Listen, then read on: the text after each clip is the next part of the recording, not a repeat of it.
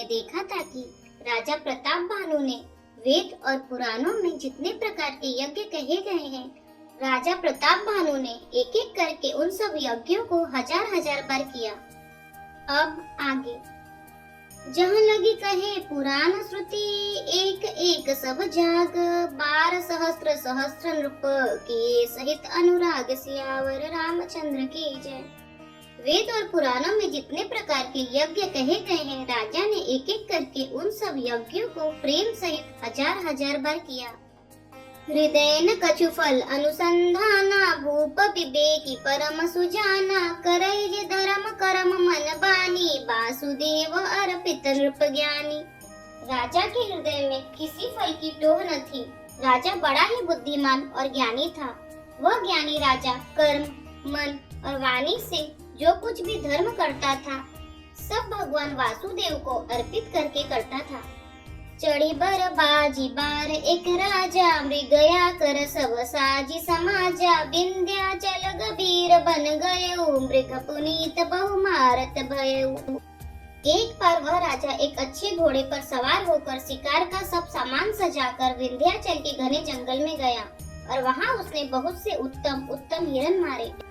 फिरत विपिन नृप दिख बराहु, जनु बन दुरे सिंह ग्रसी राहु, बड़ विधु नहीं समात मुख माही, मनहु क्रोध बस उगिलत नाही।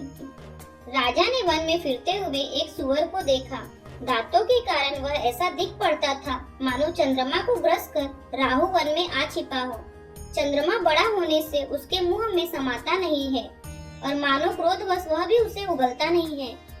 फूल कराल दसन छवि गाई, तनु विशाल पीवर अधिकारी, घुरघुरात है आरो पाए, चकित बिलोकत कान उठाए। यह तो सुअर के भयानक दांतों की शोभा कही गई। उसका शरीर भी बहुत विशाल और मोटा था। घोड़े की आहट पाकर वह घुरघुराता हुआ कान उठाए चौकन्ना होकर देख रहा था। नील महीधर शिखर सम देखी विशाल बराहु, चपरी चले है सुटुकी नृप, हाकिन होई निबाहु, सियावर रामचंद्र की जय। नील पर्वत के शिखर के समान विशाल उस सुअर को देखकर राजा घोड़े को चाबुक लगाकर तेजी से चला और उसने सुअर को ललकारा कि अब तेरा बचाव नहीं हो सकता। आवत देखी अधिक रव बाजी, चले बराह मरुत गति भाजी, तुरत कीन नृप सर संधाना, मही मिली गए बिलोकत बाना। अधिक शब्द करते हुए घोड़े को अपनी तरफ आता देखकर सुअर पवन वेग से भाग चला। राजा ने तुरंत ही बाण को धनुष पर चढ़ाया। सुअर बाण को देखते ही धरती में दुबक गया। तकी तकी तीर महिष चलावा, करी छल सुअर शरीर बचावा, प्रगटत दुरत जाय मृग भागा, रिस बस भूप चले संग लागा। राजा तक तक कर तीर चलाता है परंतु सुअर छल करके शरीर को बचाता जाता है। वह पशु कभी प्रकट होता और कभी छिपता हुआ भागा जाता था और राजा भी क्रोध के वश उसके साथ लगा चला जाता था। गयउ दूरी घन गहन बराहु, जहनाहिन गज बाजी निबाहु, अति अकेल बन विपुल कलेसु, तद बिन मृग मग तजई नरेसु। सुअर बहुत दूर ऐसे घने जंगल में चला गया जहाँ हाथी घोड़े का निपाह नहीं था। राजा बिल्कुल अकेला था और वन में क्लेश भी बहुत था। फिर भी राजा ने उस पशु का पीछा नहीं छोड़ा। कोल बिलो की भूप बड़ धीरा, भागी पैठ गिरी गुहा गंभीरा, गम देखिन अति पछिताई, फिर वो महावन परे बुलाई। राजा को बड़ा धैर्यवान देखकर सुअर भागकर पहाड़ की एक गहरी गुफा में जा घुसा। उसमें जाना कठिन देखकर राजा को बहुत पछताकर लौटना पड़ा, पर उस घोर वन में वह रास्ता भूल गया। खेद खिन्न क्षुब्धित तृषित राजा बाजी समेत, खोजत व्याकुल सरित सर, जल बिनु भयउ अचेत, सियावर रामचंद्र की जय। बहुत परिश्रम करने से थका हुआ और घोड़े समेत भूख प्यास से व्याकुल राजा नदी तालाब खोजता खोजता पानी बिना बेहाल हो गया। फिरत विपिन आश्रम एक देखा, तहाँ बस नृपति कपट मुनि बेसा, जासु देश नृपलीन चढ़ाए, समर सेन तजी गए पराई। वन में फिरते फिरते उसने एक आश्रम देखा। वहाँ कपट से मुनि का वेश बनाए एक राजा रहता था, जिसका देश राजा प्रताप भानु ने छीन लिया था। और जो सेना को छोड़कर युद्ध से भाग गया था। समय प्रताप भानु कर जानी, आपन अति समय अनुमानी, गयउ न गृह मन बहुत गलानी, मिला न राजहि नृप अभिमानी। प्रताप भानु का समय जानकर और अपना कुछ समय अनुमान कर उसके मन में बड़ी ग्लानि हुई। इससे वह न तो घर गया और न अभिमानी होने के कारण राजा प्रताप भानु से ही मिला। रिस उर मारी रंक जिमि राजा, विपिन बसई तापस कै साजा, तासु समीप गवन नृप कीना, यह प्रताप रविते ही तब चीना। दरिद्र की भांति मन ही में क्रोध को मारकर वह राजा तपस्वी के वेश में वन में रहता था। राजा प्रताप भानु उसी के पास गया। उसने तुरंत पहचान लिया कि यह प्रताप भानु है। राउ त्रुसित नहीं सो पहचाना, देखी सुदेश महामुनि जाना, उतरी तुरगते की न प्रणामा, परम चतुर न कहो निज नामा। राजा प्यासा होने के कारण व्याकुलता में उसे पहचान न सका। सुंदर वेश देखकर राजा ने उसे महामुनि समझा और घोड़े से उतरकर उसे प्रणाम किया, परंतु बड़ा चतुर होने के कारण राजा ने उसे अपना नाम नहीं बतलाया। भूपति त्रुसित बिलोकित ही, सरबरु दीन दिखाई, मज्जन पान समेत हय, कीन नृपति हर्षाय, सियावर रामचंद्र की जय। राजा को प्यासा देखकर उसने सरोवर दिखला दिया। हर्षित होकर राजा ने घोड़े सहित उसमें स्नान किया और जलपान किया। गए श्रम सकल सुखी नृप भयउ, निज आश्रम तापस ले गयउ, आसन दीन अस्तर बिजानी, पुनि तापस बोले मृत बानी। सारी थकावट मिट गई, राजा सुखी हो गया। तब तपस्वी उसे अपने आश्रम में ले गया और सूर्यास्त का समय जानकर उसने राजा को बैठने के लिए आसन दिया।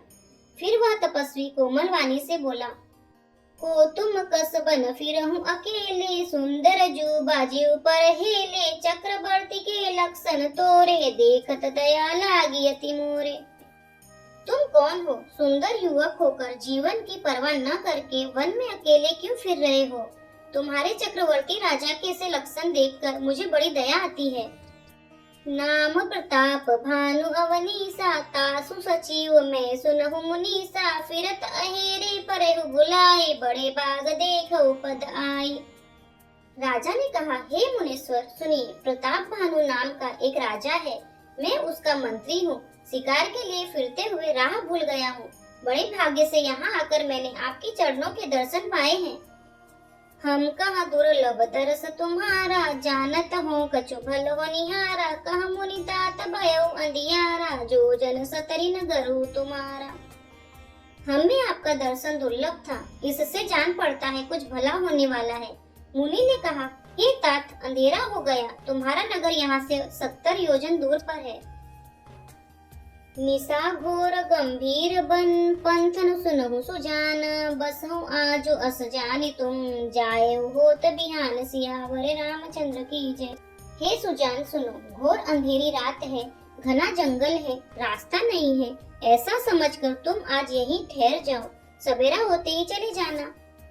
तुलसी जसी भवतव्यता, तैसी मिलहि सहाई, आपनु आवई ताहि पही, ताहि तहाँ ले जाए, सियावर रामचंद्र की जय। तुलसीदास जी कहते हैं, जैसी भवितव्यता होती है वैसी सहायता मिल जाती है। या तो वह आप ही उसके पास आती है या उसको वहाँ ले जाती है। भल ही नाथ आय सुधरी सीसा, बांधी तुरग तरु बैठ महिषा, नृप बहु भांति प्रशंसे उताही, चरण बंदी निज भाग्य सराही। हे नाथ, बहुत अच्छा, ऐसा कहकर और उसकी आज्ञा सिर चढ़ाकर घोड़े को वृक्ष से बांधकर राजा बैठ गया। राजा ने उसकी बहुत प्रकार से प्रशंसा की और उसके चरणों की वंदना करके अपने भाग्य की सराहना की। पुनि बोले मृदु गिरा सोहाई, जानी पिता प्रभु करहु डिटाई, मोहि मुनीस सुत सेवक जानी, नाथ नाम निज कहु बखानी। फिर सुंदर कोमल वाणी से कहा, हे प्रभु, आपको पिता जानकर मैं डिठाई करता हूँ।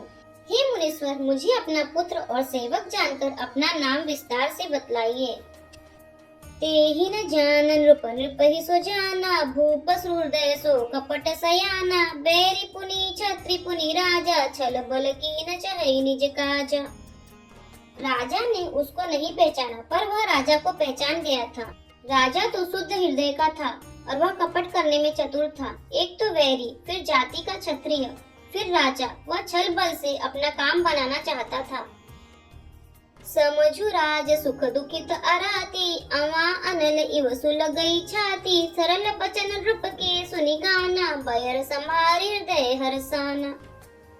वह शत्रु अपने राज्य सुख को समझ करके दुखी था। उसकी छाती आवे की आग की तरह भीतर ही भीतर सुलग रही थी।